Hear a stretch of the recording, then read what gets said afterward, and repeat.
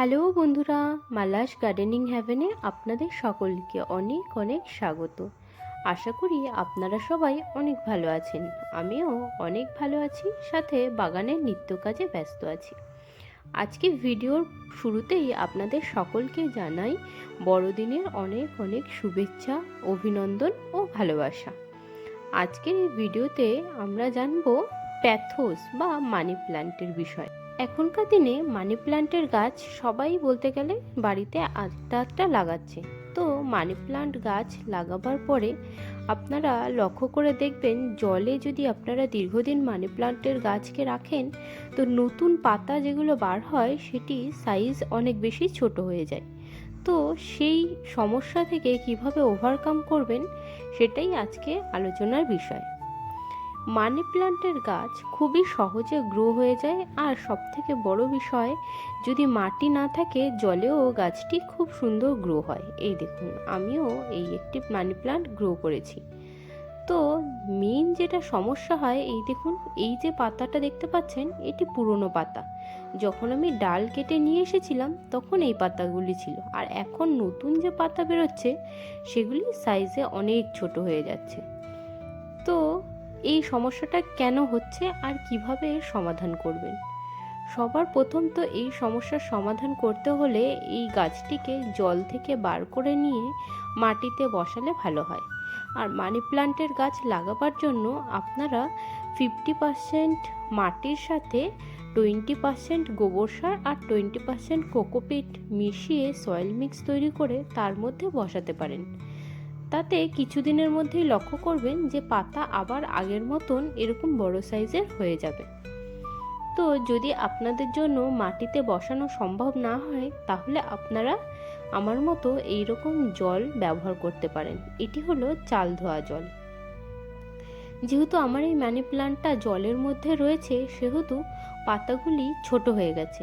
তো একে ঠিক করবার জন্য আমি এর মধ্যে যে জলটি ছিল সবার প্রথমে সেটিকে ড্রেন করে নেব।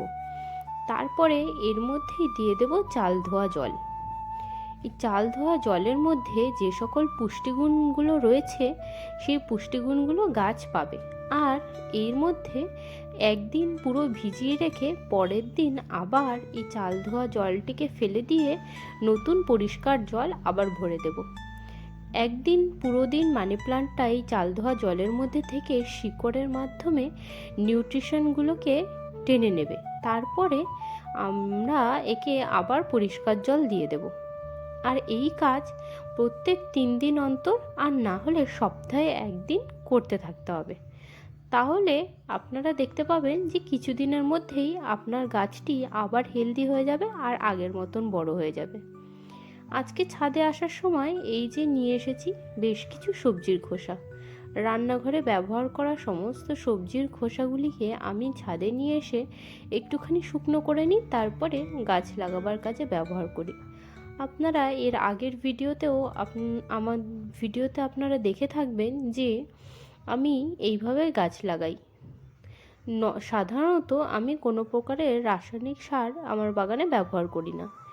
এই একটুখানি সবজির খোসা আর একটু গোবর সার, তাতেই যেইটুকু গাছ হয় তাতেই আমি খুশি।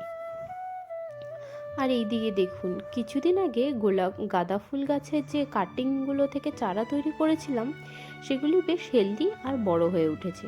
এবার এদেরকে ফাইনালি বড় বালতিতে ট্রান্সফার করবার পালা। আর এই যে বালতিটা দেখতে পাচ্ছেন, এর নিচের দিকে বেশ খানিকটা সবজির খোসা দিয়ে ভর্তি করেছি, আর তার উপরে হালকা মাটি দিয়ে চাপা দেওয়া রয়েছে।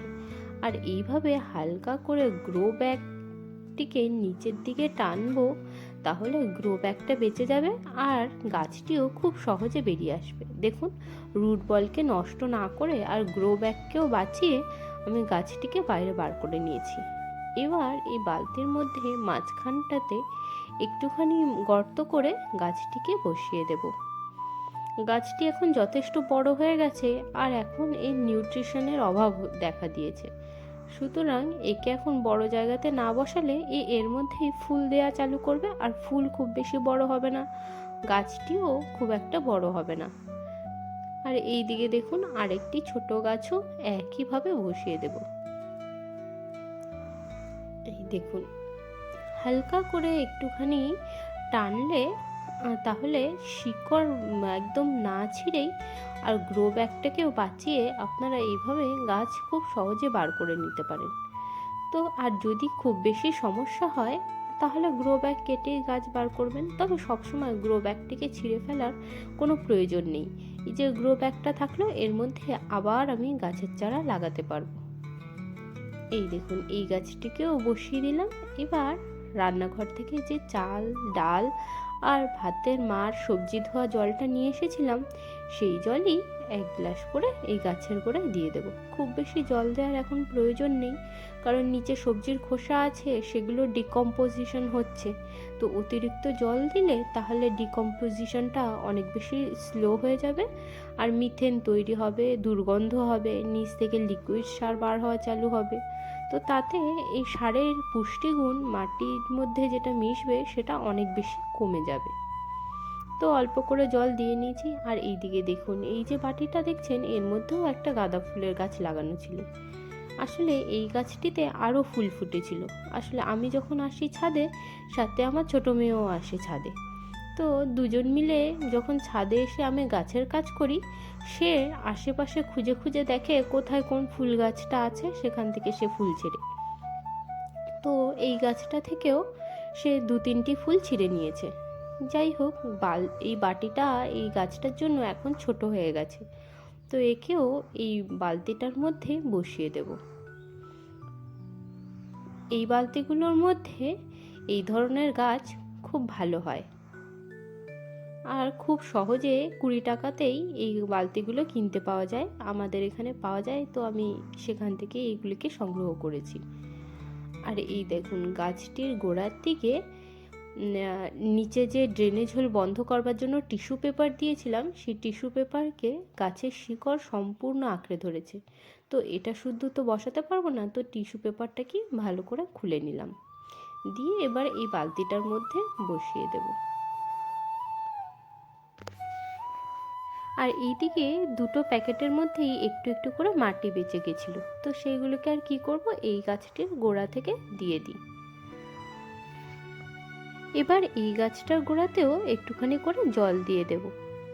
আজ 2024 সালের 25শে ডিসেম্বর, আর হাতে গোনা কটা দিন, তারপরেই 2024 সাল শেষ হয়ে একটি নতুন বছর 2025 সাল চলে আসবে।